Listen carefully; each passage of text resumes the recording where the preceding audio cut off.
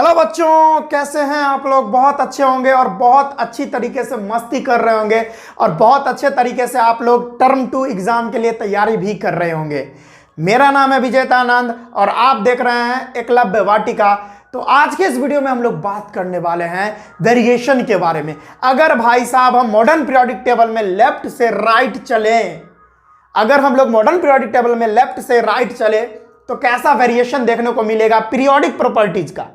Periodic property क्या increase होगा, decrease होगा, कैसा होगा, क्या एटम का साइज बढ़ेगा कि एटम का साइज घटेगा जब हम लोग लेफ्ट से राइट जाएंगे मॉडर्न पीरियोडिक टेबल में, या टॉप से बॉटम यानी मॉडर्न पीरियोडिक टेबल में ऊपर से अगर हम नीचे आते हैं तो क्या उसका पीरियोडिक प्रॉपर्टी जो होता है जैसे एटॉमिक साइज, इलेक्ट्रोनिगेटिविटी, इलेक्ट्रोपॉजिटिविटी, ठीक है, नेचर ऑफ ऑक्साइड, ये सारा इंक्रीज करेगा, बढ़ेगा कि घटेगा, क्या क्या वेरिएशंस होंगे, वही चीज के बारे में आज के इस वीडियो में बात करने वाले हैं। चलिए बिना समय गवाए हुए स्टार्ट करते हैं।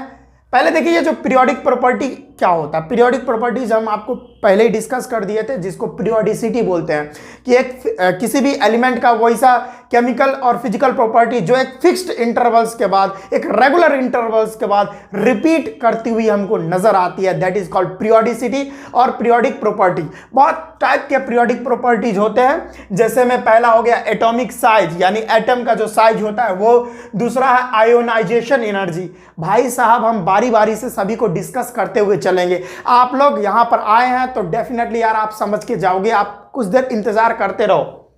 एटॉमिक साइज, ठीक है, ये सारा पीरियोडिक प्रॉपर्टी है बच्चों। फिर आयोनाइजेशन एनर्जी, इलेक्ट्रोनिगेटिविटी, ठीक है, valency, electropositivity, metallic and non metallic character, फिर हो गया नेचर ऑफ ऑक्साइड। ये सारा क्या है बच्चों? ये सारा है पीरियोडिक प्रॉपर्टी, जिसको पीरियोडिसिटी भी बोलते हैं। ठीक है, ये सारा प्रॉपर्टी जो है ना एक फिक्स्ड इंटरवल्स के बाद, अगर हम इधर से लेफ्ट से राइट चले या राइट से लेफ्ट चले, ऊपर से नीचे आए या नीचे से ऊपर जाए पीरियोडिक टेबल में, मॉडर्न पीरियोडिक टेबल में, तो ये प्रॉपर्टीज ना एक फिक्स्ड इंटरवल्स के बाद क्या होता है, रिपीट होता है। जैसे नोबल गैस का हम ले ले, नोबल गैस पहला नोबल गैस एटॉमिक नंबर 2, दूसरा नोबल गैस एटॉमिक नंबर 10, तीसरा नोबल गैस एटॉमिक नंबर 18, चौथा नोबल गैस ही नेवर अराइज कर क्रिप्टन 36, ठीक है, अगला है 54, फिर अगला है 86। तो जान रहे हो बच्चों, ये जो ट्रेंड है यानी ये जो हमारा नोबल गैस है, ये एक फिक्स इंटरवल्स के बाद ये अगला नोबल गैस आ रहा है, फिर अगला फिक्स्ड इंटरवल्स के बाद अगला नोबल गैस आ रहा है, फिर अगला फिक्स्ड इंटरवल्स के बाद अगला नोबल गैस आ रहा है। जैसे आप देख सकते हैं, ही नेवर अराइज कर जीरो रन पे out, helium neon argon krypton xenon radon, helium neon argon krypton xenon radon. पिछला जो लेक्चर था हमारा मॉडर्न पीरियोडिक टेबल, जिसमें हम लोग मॉडर्न पीरियोडिक लॉ जो कि हेनरी मोसले के द्वारा दिया गया था, वो हम बहुत अच्छे से डिस्कस कर चुके थे और उसमें पूरा एकदम इतना अच्छे से डिस्कस किए ना कि कहीं से भी आपको दिक्कत नहीं होगी। अगर वो वीडियो आप देखना चाहते हो तो भाई साहब डिस्क्रिप्शन में लिंक दिया गया, वहां से जाके देखिए, नहीं तो यहां पर आई बटन है ना, आई बटन पर हर एक video, periodic classification of elements का हर एक वीडियो, जितना भी वीडियो इससे पहले बन चुका है, सारे वीडियोज का लिंक आपको बहुत अच्छे ढंग से, सिस्टमैटिक ढंग से आपको वहां पर मिलेगा और हर एक वीडियो आपको सिस्टमैटिक ढंग से मिलेगी, जिसमें आपको किसी भी तरह की कोई हड़बड़ी नहीं करनी है। जाइए पहला वीडियो देखिए, उसके बाद दूसरा वीडियो देखिए, फिर तीसरा वीडियो देखिए। वैसे यूट्यूब में तो यूट्यूब तो है ही एकदम राजा, क्या कर देगा, पहला वीडियो देखिएगा, पहला वीडियो कंप्लीट, फिर नेक्स्ट वीडियो पर आपको लेके चला जाएगा। प्लेलिस्ट का तो यही मतलब होता है। तो यूट्यूब एक बहुत अच्छा मतलब सिस्टम किए हुए है, जिससे आपको बहुत अच्छा होगा, बहुत मतलब सही रहेगा आपके लिए, ठीक है। तो वहां पर आप जाके देख सकते हो वो अगला वीडियो, जिसमें हमने बताया था कि जितने सारे एलिमेंट्स होते हैं उसको कैसे याद किया जाए। जैसे ये ट्रिक से हम याद किए थे, ही नेवर अराइज कर जीरो रन पे out, helium neon argon krypton xenon radon, ठीक है। अब देखिए इसका एटॉमिक नंबर 2 होता है, इसका एटॉमिक नंबर कितना होता है भाई साहब, इसका एटॉमिक नंबर 10 होता है, इसका एटॉमिक नंबर 18 होता है, इसका 36 होता है, इसका 54 होता है, इसका 86 होता है। अब देखिए एक फिक्स्ड इंटरवल्स के बाद ये दोनों के बीच का जो है अंतर 8 का है, ये 18 से इसका 8 का है, फिर इसका कितना है 18 का है, फिर इसका कितना है 18 का है, फिर इसका कितना है 32 का है।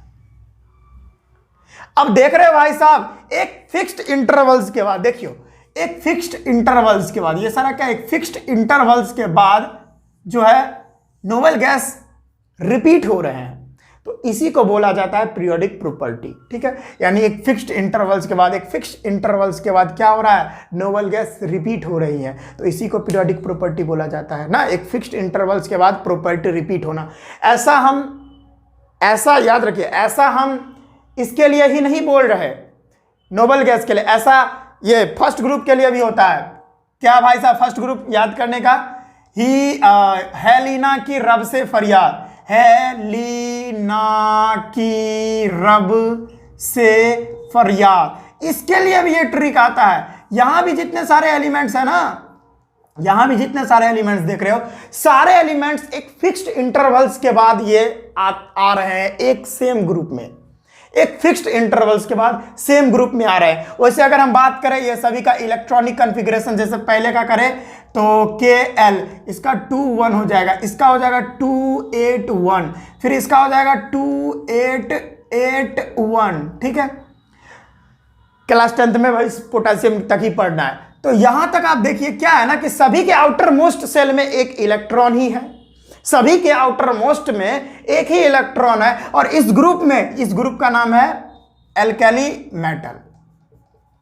एल्कली मेटल, इस ग्रुप का एल्कली मेटल नाम है। ये पिछला वीडियो में हम कवर कर चुके हैं, ज्यादा इसमें डिस्कस नहीं करेंगे, आपको पीरियोडिसिटी समझा रहे हैं, पीरियोडिक प्रॉपर्टीज क्या होता है। तो भाई साहब लिथियम, सोडियम, पोटेशियम सभी का वैलेंस इलेक्ट्रॉन, यानी उसके आउटर मोस्ट में जितने इलेक्ट्रॉन होते हैं सभी में सेम है, और सभी का वैलेंसी भी सेम है, सभी सेम तरह का ऑक्साइड भी बनाता है। इसका जो बेसिक नेचर है, सबका बेसिक नेचर है। तो आप क्या देख रहे हो भाई, एक फिक्स्ड इंटरवल्स के बाद ये सारे एक ग्रुप में आए होंगे, जिसके वजह से जो है इनका जो है इलेक्ट्रॉनिक कॉन्फ़िगरेशन जो है, इलेक्ट्रॉनिक कॉन्फ़िगरेशन अलग अलग होगा, लेकिन वैलेंस इलेक्ट्रॉन इसमें सेम ही होंगे, और वैलेंसी भी सबका सेम होगा। तो इसी को बोलते हैं पीरियोडिक प्रॉपर्टी या पीरियोडिसिटी। वही चीज आज पूरे क्लास में डिस्कशन करूंगा, तो अंत तक बने रहिए भाई साहब। यहां आए हैं ना तो बहुत कुछ सीख के जाओगे। ठीक है, सारा कुछ सिखाऊंगा आपको, कोई भी तरह का कोई भी दिक्कत नहीं होने दूंगा आपको। ठीक है, चलिए, तो इतना हम भाषण दिए हैं, तब आप बहुत अच्छे से समझ गए भाई साहब कि क्या होता है पीरियोडिसिटी, पीरियोडिक प्रॉपर्टी। अब वैसे हम वैलेंसी के बारे में बताया, वैलेंस इलेक्ट्रॉन के बारे में बताया, फिर एटॉमिक साइज के बारे में, इस तरह से बहुत सारा पीरियोडिक प्रॉपर्टी होता है, सभी को डिस्कस करते हुए चलेंगे। तो आज का लेक्चर है हमारा एटॉमिक साइज पे।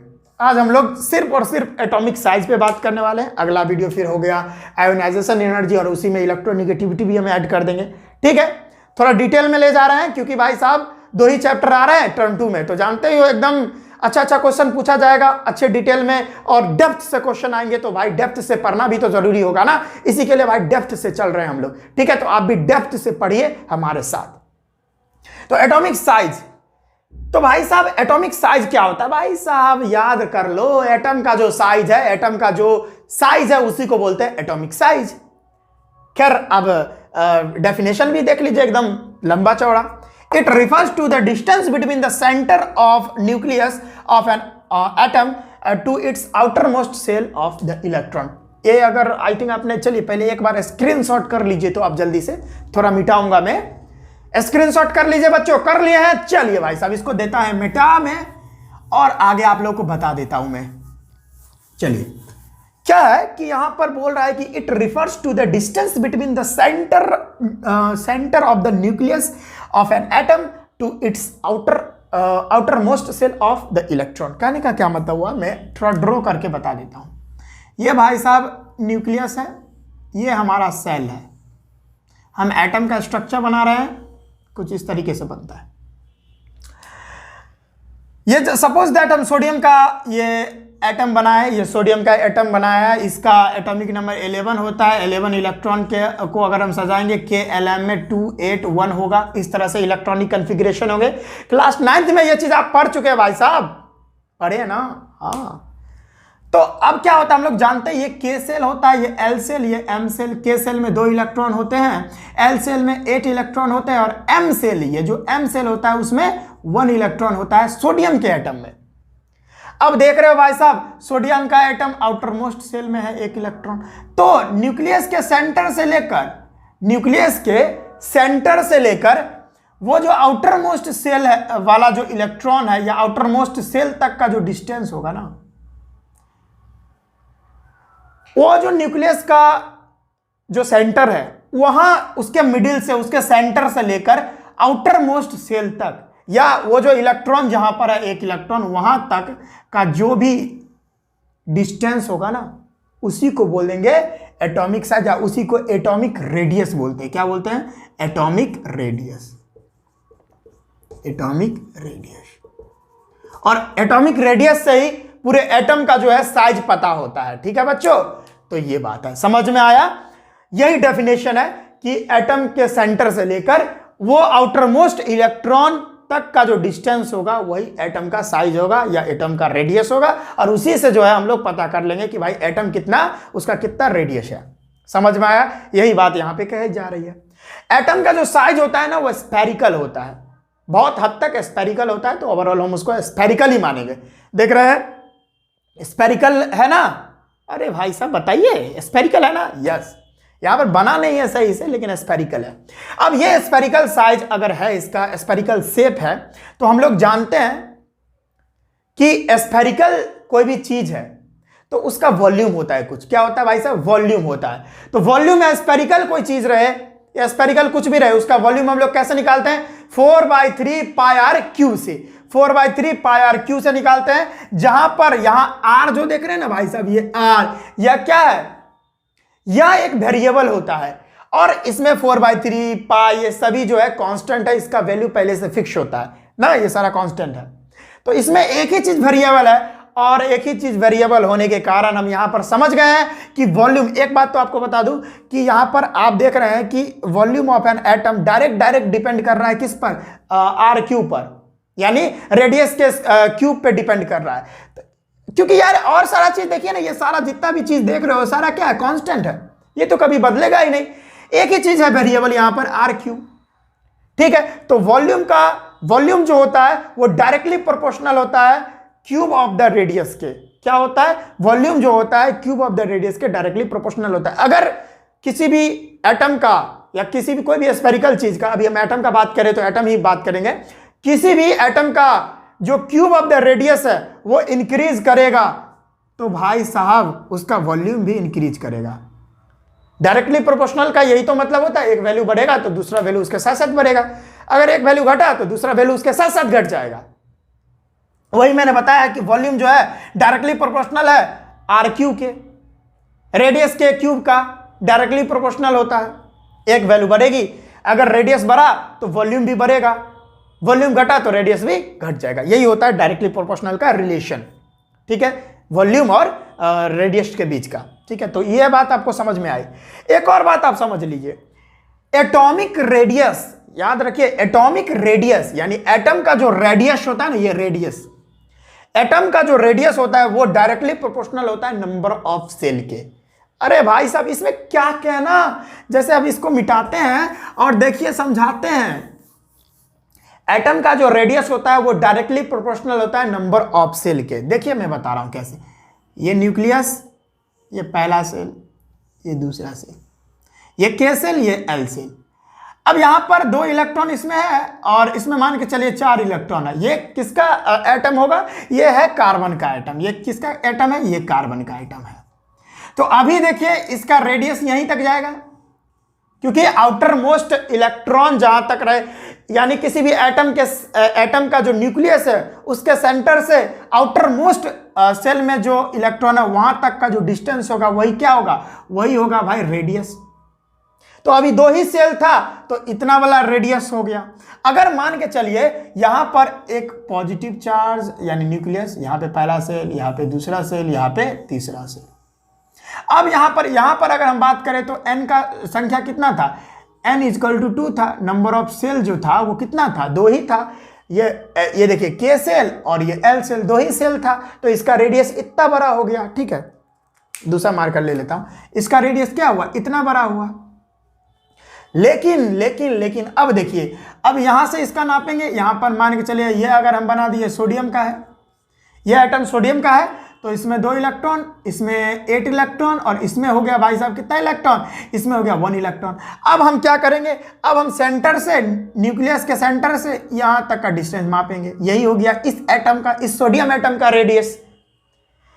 अब बताइए ये रेडियस इतना छोटा है, ये रेडियस इतना बड़ा है, तो क्या हुआ कि नंबर ऑफ सेल, इसमें नंबर ऑफ सेल कितने थे, n=3, इसमें नंबर ऑफ सेल 3 थे और इसमें 2 ही है। तो देखिए इसमें नंबर ऑफ सेल कम थे तो रेडियस कम हो गया, छोटा रेडियस हुआ। अब इसमें नंबर ऑफ सेल बढ़ गए तो इसमें रेडियस, इसका रेडियस बड़ा हो गया। तो डायरेक्टली प्रोपोर्शनल होता है, यानी एटॉमिक रेडियस जो है वो डायरेक्टली प्रोपोर्शनल होता है। एटम का जो रेडियस होता है वो डायरेक्टली प्रोपोर्शनल होता है नंबर ऑफ सेल के। जितने सारे एटम में, किसी भी एटम में नंबर ऑफ सेल बढ़ जाएंगे, यानी सेल की संख्या, SHEL सेल की संख्या, वो सेल नहीं, अगर किसी एटम में सेल की संख्या बढ़ जाएगी तो भाई साहब उसका जो रेडियस भी क्या होगा, बढ़ जाएगा। ठीक है, तो एक दूसरे का जो रिलेशन है एटॉमिक रेडियस और नंबर ऑफ सेल का जो रेडियस है वो डायरेक्टली प्रोपोर्शनल का है। यानी एटॉमिक रेडियस बढ़ेगा तो नंबर ऑफ सेल भी, यानी नंबर ऑफ सेल बढ़ेंगे तो एटॉमिक रेडियस भी उसके साथ साथ बढ़ेगा। डायरेक्टली प्रोपोर्शनल वाला रिलेशन है। इतना आई थिंक बच्चों आपको समझ में आया। हर एक बात एक अच्छे से एक्सप्लेन करते हुए चल रहा हूं जिससे कोई भी आपको दिक्कत नहीं हुई होगी। चलिए अब यहां देख लेते हैं रेडियस ऑफ क्लोरीन। अब जैसे अगर हम बात करें ना, एक चीज और बता देता हूं, इसको मिटा देता हूं भाई साहब, यहां पे मिटा लेता हूं। छोटी मोटी बातें हैं जो आपको समझनी बहुत जरूरी है। जैसे मैं इसको मिटा कर एक बात बताता हूं, देखिए, ला ला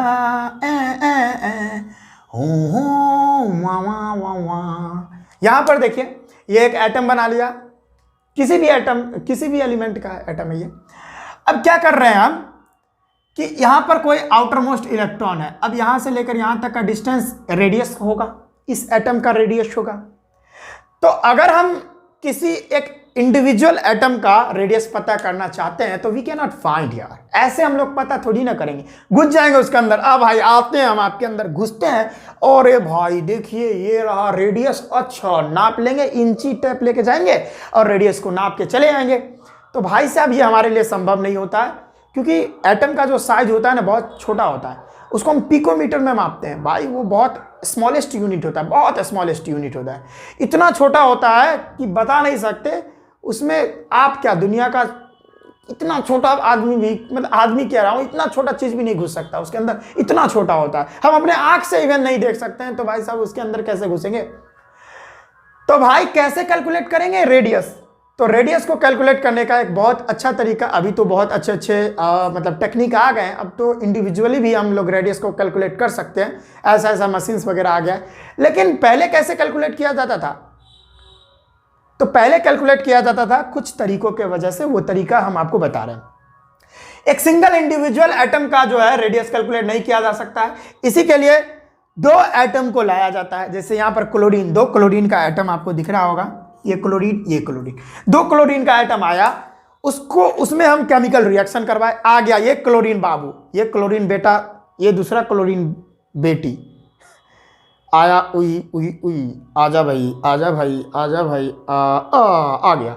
अब इसके दोनों के बीच में इलेक्ट्रॉन का शेयरिंग होगा, और शेयरिंग होगा तो कोवेलेंट बॉन्ड बनेगा, और इसके बीच दोनों 2 क्लोरीन एटम के बीच में बॉन्ड बन गया भाई साहब, बन गया बॉन्ड। अब 2 क्लोरीन एटम के बीच में बॉन्ड बन गया, और कैसा बॉन्ड बना? कोवेलेंट बॉन्ड बन गया भाई साहब। और इस तरीके से अभी मैं आपको बताऊंगा, और इस तरीके से हम लोग पता करते हैं कि भाई साहब एक्चुअल में इस क्लोरीन एटम का, सिर्फ क्लोरीन का ही बात नहीं कर रहा, और भी एटम जो होते हैं वो सभी का बात कर रहा हूं। दोनों 2 एटम को लिए इसमें रिएक्शन करवाएं, और तब जाके इसका इस एक पर्टिकुलर एक क्लोरीन एटम का हम लोग पता कर लेते कि भाई रेडियस कितना है। एक का पता हो गया तो दूसरा का भी पता हो जाएगा। ओके, तो इस तरह से पता करते हैं। अब कैसे करते देखिए, सपोज हमने 2 क्लोरीन एटम को लिए, ठीक है। अब 2 क्लोरीन एटम लिए तो दोनों में रिएक्शन हुआ, वो जो है इलेक्ट्रॉन का शेयरिंग कर लिया, क्योंकि जानते हैं क्लोरीन के आउटर मोस्ट में 7 इलेक्ट्रॉन होता है, क्लोरीन को 1 इलेक्ट्रॉन चाहिए तब ना वो स्टेबल हो पाएगा। तो क्या करता है भाई साहब, ये क्लोरीन इलेक्ट्रॉन का साझा कर लेता है दोनों के बीच में, ठीक है। इस तरह से इलेक्ट्रॉन का साझा कर लिया, 1-1 इलेक्ट्रॉन दोनों को चाहिए, तो क्या करता है क्लोरीन एक इलेक्ट्रॉन अपना सामने रखता है, दूसरा वाला क्लोरीन वो अपना इलेक्ट्रॉन सामने रखता है, दोनों इलेक्ट्रॉन साझा कर लेता है यानी शेयर कर लेता है और दोनों का काम बन जाता है और दोनों बीच में क्या बना लेते हैं, बॉन्ड बना लेते हैं, दोनों बॉन्ड बना लेते हैं। कैसा बॉन्ड, तो कोवेलेंट बॉन्ड। अब मान के चले ये एक क्लोरीन का आइटम, ये दूसरे क्लोरीन का आइटम, ये इस क्लोरीन के एटम का न्यूक्लियस है, ये इस क्लोरीन के एटम का न्यूक्लियस है। ये न्यूक्लियस को हम ए नाम दिए हैं, ये न्यूक्लियस को बी नाम दिए हैं, ठीक है। दोनों क्लोरीन का आइटम दिख रहा है आपको। अब क्या है ना कि इस न्यूक्लियस के सेंटर से लेकर ये दूसरे वाले न्यूक्लियस के सेंटर के बीच का जो डिस्टेंस होता है ना, उसको हम बॉन्ड लेंथ बोलते हैं। क्या बोलते हैं भाई साहब, बॉन्ड लेंथ बोलते हैं। ये क्लोरीन का जो न्यूक्लियस है उसके सेंटर से लेकर दूसरे वाले क्लोरीन का जो एटम है उसके न्यूक्लियस के सेंटर तक का जो डिस्टेंस होता है उसको हम बॉन्ड लेंथ बोलते हैं। क्या बोलते हैं बच्चों, बॉन्ड लेंथ बोलते हैं। और भाई साहब यहां पे आइए, उइंग घुचाक। अब बॉन्ड लेंथ बराबर देखिए, बॉन्ड लेंथ कहां तक का डिस्टेंस हुआ, ए से लेकर बी तक का डिस्टेंस क्या हुआ, ए से लेकर बी तक का डिस्टेंस को हम लोग बोलेंगे बॉन्ड लेंथ। यहां हम यही बात माने हैं, बॉन्ड लेंथ। देख लीजिए, ए से बी तक का जो डिस्टेंस हुआ वो बॉन्ड लेंथ कहलाया, तो मैंने यही बात लिख दिया, bond length equal to A B. अब देखिए हम क्या कैलकुलेट करने जा रहे हैं भाई साहब, एक एटम का रेडियस कैलकुलेट करने जा रहे हैं। क्यों, क्योंकि अभी हमने जस्ट पढ़ा कि हम इंडिविजुअल एटम का रेडियस फाइंड नहीं कर सकते, बहुत कॉम्प्लिकेटेड हो जाता है, तो हम ये तरीका से फाइंड कर रहे हैं। तब हम क्या करेंगे, रेडियस ऑफ एन एटम, अगर किसी भी एटम का अगर रेडियस निकालना हो तो भाई साहब इसका आधा कर दो, यहां पर जो है ना इसका आधा कर दो, हाफ कर दो, तो बॉन्ड लेंथ का आधा कर दो, जो भी बॉन्ड लेंथ है ए बी का आधा कर दो, हमारा रेडियस निकल जाएगा उस एक एटम का।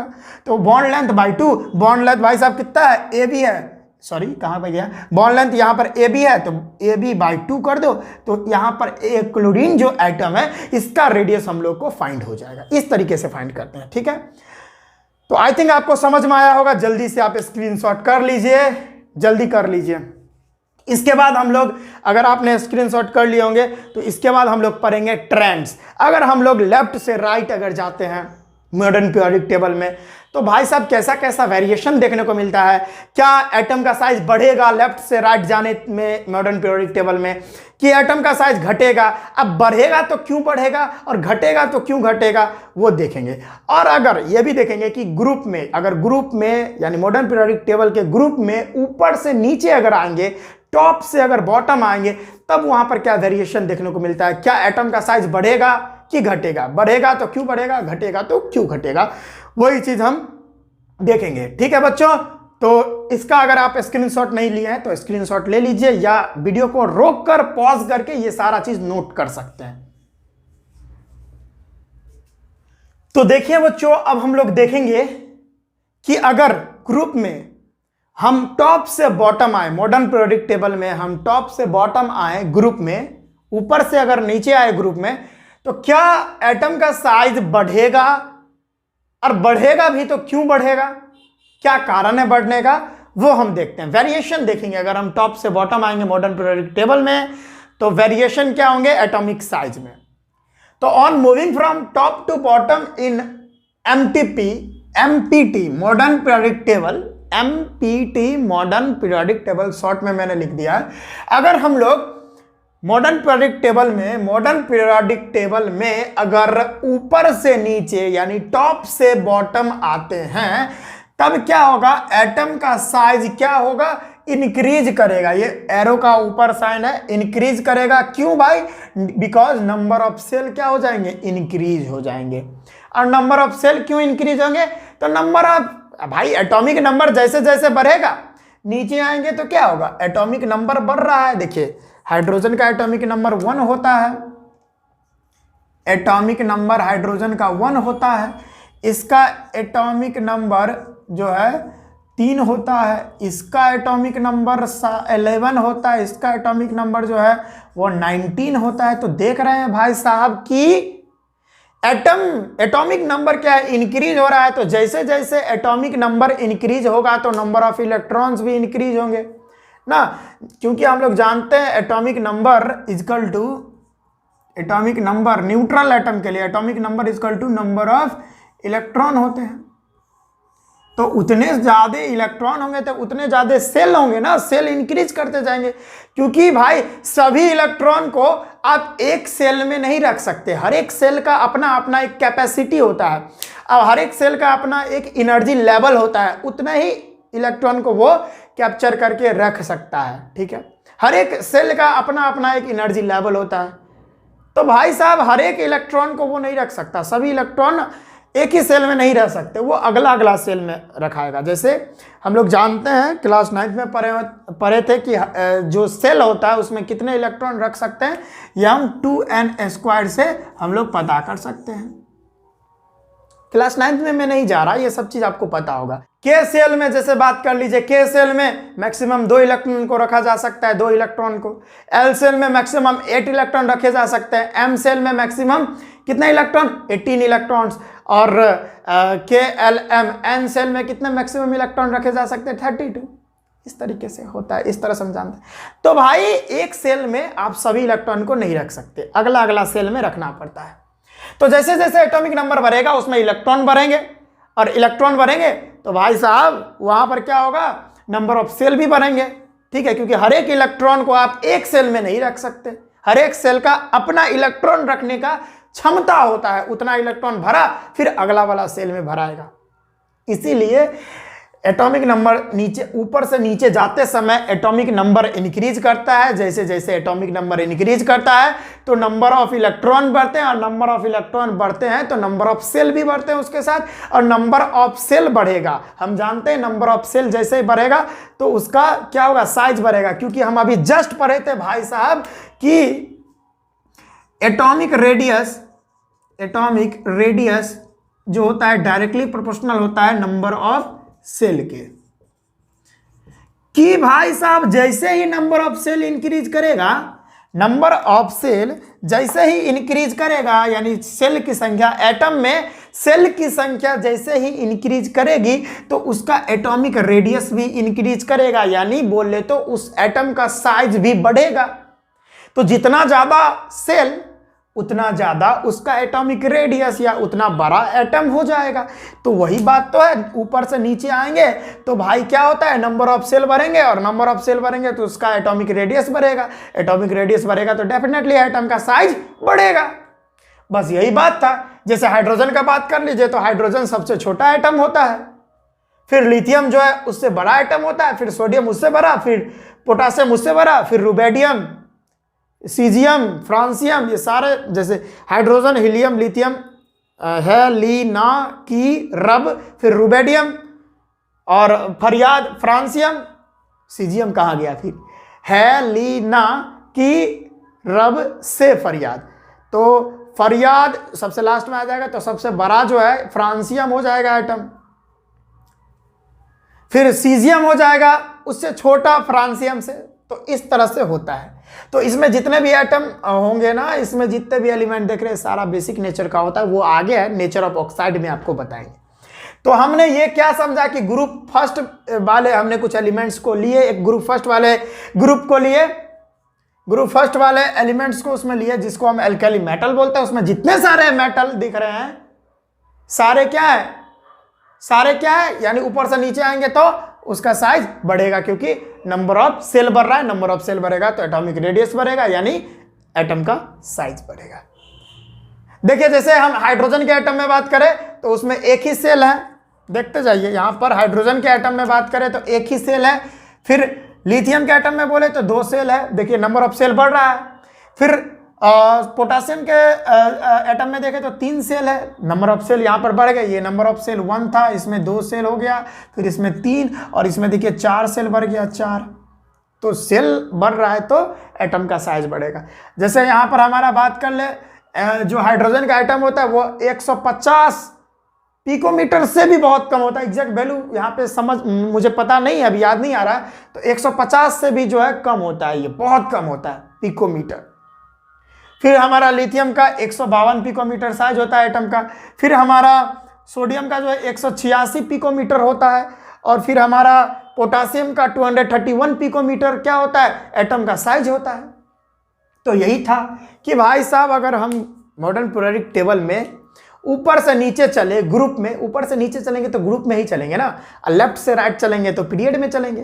तो ऊपर से नीचे अगर हम आते हैं मॉडर्न पीरियोडिक टेबल में तो क्या होता है, एटम का साइज इंक्रीज करता है because number of shell increase कर जाते हैं। ठीक है, तो यही बात था। अगर आपको स्क्रीनशॉट इसका करना है तो स्क्रीनशॉट कर सकते हैं। इसके बाद हम देखेंगे लेफ्ट से राइट अगर चलेंगे तो क्या होगा। आप जैसे ही देख रहे हो कि ऊपर से नीचे इंक्रीज कर रहा है तो नीचे से ऊपर क्या करेगा, डिक्रीज करेगा इसमें। तो ये भी बात आप समझ सकते हो।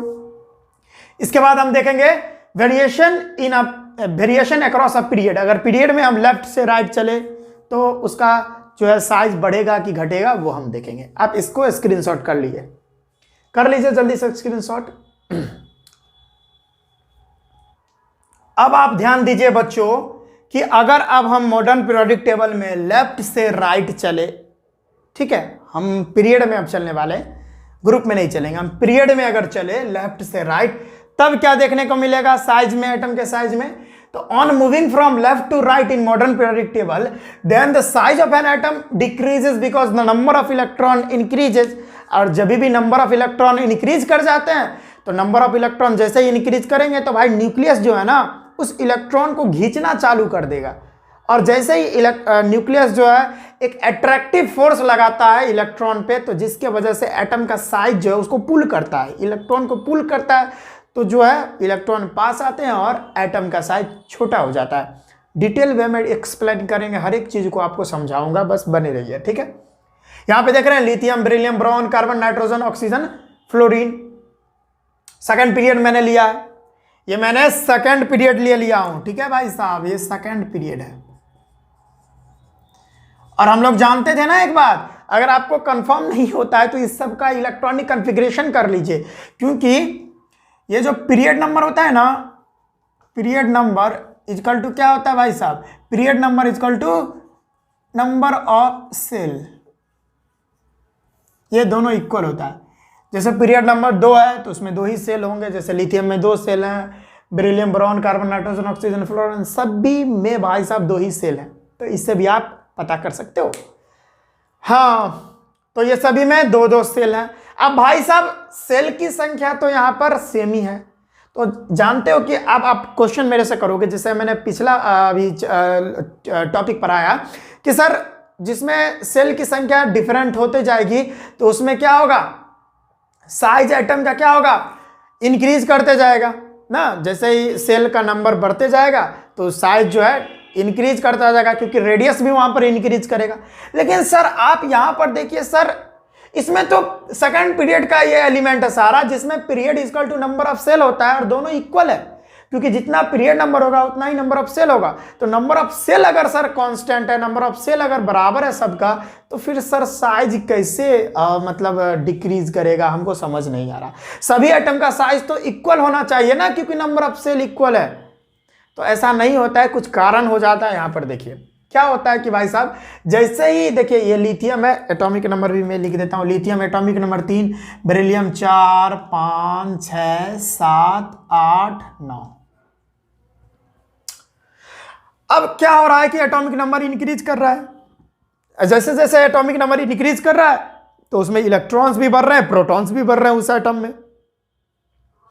जैसे हम बात करें लिथियम में, यहां पे लिख देता हूं, लिथियम में बात करें तो 3 इलेक्ट्रॉन और 3 प्रोटॉन होते हैं। फिर beryllium, boron, carbon, nitrogen, oxygen, fluorine, सबका मैं बात कर लेता हूं बारी बारी से। हम बेरिलियम में बात करें 4 इलेक्ट्रॉन 4 प्रोटॉन, बोरॉन का बात करें 5 electron 5 proton, 6 electron 6 proton carbon में होता है, नाइट्रोजन में 7 इलेक्ट्रॉन 7 प्रोटॉन होता है, ऑक्सीजन में 8 इलेक्ट्रॉन 8 प्रोटॉन होता है, फ्लोरीन में 9 इलेक्ट्रॉन 9 प्रोटॉन होते हैं। अब जैसे जैसे एटॉमिक नंबर इंक्रीज कर रहा है तो इलेक्ट्रॉन प्रोटॉन तो बढ़ना तय है। अब यहीं पर हो गया खेल। क्या हो गया भाई साहब, खेल क्या हो गया, जैसे हम एक एटम को उठा लेते हैं, जैसे कार्बन को उठा लिए, यहां पर हम कार्बन का एटम बनाना चाहेंगे पॉजिटिव, ये पहला सेल ये दूसरा सेल। इसमें भाई साहब कितने इलेक्ट्रॉन होते हैं, पहले वाले सेल में ये के सेल ये एल सेल, पहले वाले सेल में 2 इलेक्ट्रॉन और आखिरी वाले सेल में 4 इलेक्ट्रॉन, 4 इलेक्ट्रॉन। अब हम लोग जानते हैं कि एटम का जो इलेक्ट्रॉन का जो मास होता है ना, वो नेग्लेजिबल होता है। इतना ना कम मास होता है इलेक्ट्रॉन का कि भाई साहब हम उसको नजरअंदाज कर देते हैं। प्रोटॉन का जो मास होता है वो बहुत ज्यादा होता है एज कंपेयर टू इलेक्ट्रॉन के मास का। अगर हम बात करें तो भाई प्रोटॉन का भी मास बहुत कम होता है एज कंपेयर टू, और सारा चीज को कर लो जैसे हमारे बॉडी के हिसाब से, तो बहुत ही ज्यादा छोटा होता है। एक एटम इतना छोटा है तो प्रोटॉन का साइज कितना, प्रोटॉन का मास कितना कम होगा, समझ सकते हो। तो इलेक्ट्रॉन के मुकाबले में प्रोटॉन का जो मास है वो बहुत ही क्या है, प्रोटॉन का मास बहुत ज्यादा है इलेक्ट्रॉन से। इलेक्ट्रॉन का मास इतना ना कम है, इतना ना कम है, इतना ना कम है कि हम उस इलेक्ट्रॉन के माइनर से मास को हम नेग्लेक्ट कर देते हैं। अगर हम एटम का जो पूरे एटम का मास का बात करें ना, तो पूरे एटम का मास दो ही चीज पर निर्भर करता है। एक निर्भर करता है न्यूट्रॉन पे और दूसरा जो है प्रोटॉन पे। इस दोनों पर ही, इस दोनों का मास बराबर मिलके बनता है एक एटम का मास, एटॉमिक मास। चूंकि हम बात करें एक एटम में तीन चीज होते हैं, न्यूट्रॉन, प्रोटॉन और इलेक्ट्रॉन, तो भाई इलेक्ट्रॉन का मास भी तो इंक्लूड होना चाहिए ना। ये तीनों का मिलाकर जो है एटॉमिक मास होगा, एटम का मास बनेगा। लेकिन नहीं भाई साहब, एटम का मास जो है इलेक्ट्रॉन पर निर्भर नहीं करता। इलेक्ट्रॉन इतना ना कम, इतना ना उसका कम माइनर सा मास है, उसको हम नेग्लेक्ट कर देते हैं। तो भाई साहब न्यूट्रॉन और प्रोटॉन दोनों मिलाकर ही एटॉमिक मास बनते हैं। अब न्यूट्रॉन जो है वो बेचारा इस तरह से n0 से दिखाते हैं, जिस पर कोई चार्ज ही नहीं होता। लेकिन भाई साहब प्रोटॉन पे तो पॉजिटिव चार्ज होता है, P पॉजिटिव, यानी चार्ज इस पर पॉजिटिव होता है, और इलेक्ट्रॉन पे नेगेटिव चार्ज होता है। और इलेक्ट्रॉन का मास बहुत कम है as compare to proton. Proton बहुत ही ज़्यादा शक्तिशाली है इलेक्ट्रॉन से। प्रोटॉन कहेगा बेटा अब तो नहीं छोड़ूंगा। अब मान के चलिए यहाँ पर जो आप देख रहे हैं ये न्यूक्लियस, इसमें 11 प्रोटॉन है, और यहाँ पर 11 नहीं, सोडियम नहीं है ये भाई साहब, ये है हमारा कार्बन। यानी 6 प्रोटॉन जो है खींच रहे हैं 4 इलेक्ट्रॉन को। ये बाहर आउटर मोस्ट वाला जो है इसको तो खींच ही रहे, प्लस में ये 4 आउटर मोस्ट वाला जो इलेक्ट्रॉन है कार्बन का, वो खींचा जा रहा है ये। अब प्रोटॉन पर ज़्यादा चार्ज होने की वजह से, एक्चुअल में बात करें तो दोनों का चार्ज बराबर ही होता है, लेकिन मास का डिफरेंस होता है। इसका इलेक्ट्रॉन का मास कम होता है एज कंपेयर टू प्रोटॉन, जिसके वजह से ये खींचा हुआ चला आता है, और ये प्रोटॉन जो है इस पर फोर्स लगा रहा होता है, और लगाने की वजह से ये जो बैलेंस इलेक्ट्रॉन है ये इधर न्यूक्लियस की तरफ शिफ्ट होते रहते हैं, और शिफ्ट होने की वजह से एटम का साइज हो जाता है भाई साहब छोटा, खींचता है, एक फोर्स लगा रहा होता है यहाँ पर न्यूक्लियस। यानी न्यूक्लियस में कौन लगा रहा होता है, तो भाई साहब प्रोटॉन लगा रहा होता है। प्रोटॉन 6 प्रोटॉन मिलकर ये 4 इलेक्ट्रॉन को खींच रहे हैं, बहुत आसानी से खींच रहे हैं, और खींचा जाता है इलेक्ट्रॉन भी। और मान के चलिए 1 मिनट, यहाँ पर ऐसा साइज है, अब बीच में कोई है जो खींच रहा है, तो खींचने की वजह से साइज इतना छोटा तो हो जाएगा। तो इसके वजह से ये साइज इतना था, तो यह फोर्स प्रोटॉन लगाने की वजह से एटम का साइज एकदम छोटा हो जाता है। तो इसी के वजह से जितना ज़्यादा एटॉमिक नंबर बढ़ता है उतना ज़्यादा प्रोटॉन बढ़ता है, और उतना ज़्यादा प्रोटॉन बढ़ता है तो उतना ज़्यादा साइज जो है प्रोटॉन खींच कर एटम का, इलेक्ट्रॉन को खींच कर जो है एटम का साइज छोटा कर देता है। जितना देखिए फ्लोरीन में 9 इलेक्ट्रॉन को खींचेंगे, क्योंकि इलेक्ट्रॉन का मास ही नहीं होता तो बहुत आसानी से उसको खींच लेते हैं, जिसके वजह से यहाँ पर इतना साइज छोटा हो गया है एटम का, देख सकते हैं। तो मेरी बातें आपको दिमाग में घुस रही होंगी कि जैसे जैसे एटॉमिक नंबर इंक्रीज करता है तो नंबर ऑफ प्रोटॉन बढ़ते हैं, और नंबर ऑफ प्रोटॉन जो है इलेक्ट्रॉन को खींचते हैं, और इलेक्ट्रॉन को खींचने की वजह से क्या होता है, एटम का साइज हो जाता है छोटा। नंबर ऑफ सेल इक्वल रहने की वजह से भी सभी एटम का देख रहे हैं, सभी एटम का साइज जो है डिफरेंट होगा। फिर भी क्यों, जानते हैं नंबर ऑफ सेल सभी में इक्वल है, फिर भी क्या होगा, इसका साइज डिफरेंट होगा ड्यू टू एटॉमिक नंबर। जितना एटॉमिक नंबर बढ़ता है नंबर ऑफ इलेक्ट्रॉन बढ़ते हैं, नंबर ऑफ इलेक्ट्रॉन बढ़ता है तो नंबर ऑफ प्रोटॉन भी बढ़ते हैं, और प्रोटॉन बढ़ते हैं तो भाई साहब इलेक्ट्रॉन को खींचते हैं, और उसका सेल जो है वो न्यूक्लियस के तरफ शिफ्ट होते जाता है, जिसकी वजह से उनका साइज छोटा हो जाता है, एटम का साइज छोटा हो जाता है। तो क्या कारण है, एटम का साइज छोटा होने की वजह से, वो तो आप समझ ही गए होंगे। तो भाई साहब अगर हम मॉडर्न पीरियोडिक टेबल में लेफ्ट से राइट जाएंगे, ये लेफ्ट रहा, लेफ्ट से राइट जाएंगे तो क्या होगा, एटम का साइज डिक्रीज करेगा, छोटा होते जाएगा ऐसे ऐसे। और क्यों छोटा होगा ये आपको हम बता ही दिए हैं। तो अगर आप इसको नोट करना चाहते हैं तो जल्दी से आप नोट कर सकते हैं।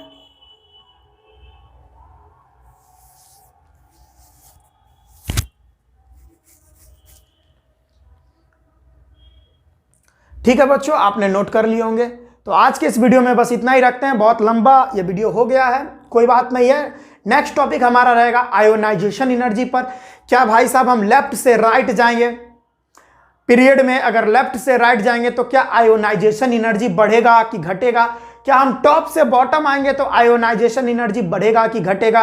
इलेक्ट्रोनिगेटिविटी में क्या वेरिएशन देखने को मिलेगा अगर हम लेफ्ट से राइट जाते हैं मॉडर्न पीरियोडिक टेबल में, या टॉप से बॉटम जाते हैं मॉडर्न पीरियोडिक टेबल में? वो सारा चीज हम लोग नेक्स्ट वीडियो में देखेंगे। इससे पहले जितना भी लेक्चर हो चुका है वो सारे लेक्चर्स का नोट नहीं, वो सारे लेक्चर्स का वीडियो आपको डिस्क्रिप्शन में मिल जाएगा, ठीक है? और या आई बटन पर जाकर आप वहां से भी देख सकते हो, ठीक है बच्चों? तो आज के इस वीडियो में बस इतना ही। आई थिंक आपको बहुत अच्छा ये लेक्चर आज का लगा होगा, और खूब पढ़ाई कीजिए। टर्म 2 के हिसाब से तो एकदम तगड़ा आपका तैयारी चल रहा होगा, और हम यही दुआ करते हैं कि आप बहुत अच्छे से तैयारी करो और अच्छा मार्क्स लाओ टर्म 2 में, और टर्म 2 की बैंड बजा डालो, फोड़ डालो सबको, ठीक है? तो आज के इस वीडियो में बस इतना ही बच्चों, मिलते हैं हम नेक्स्ट वीडियो में। पढ़ाई करते रहिएगा। All the very best.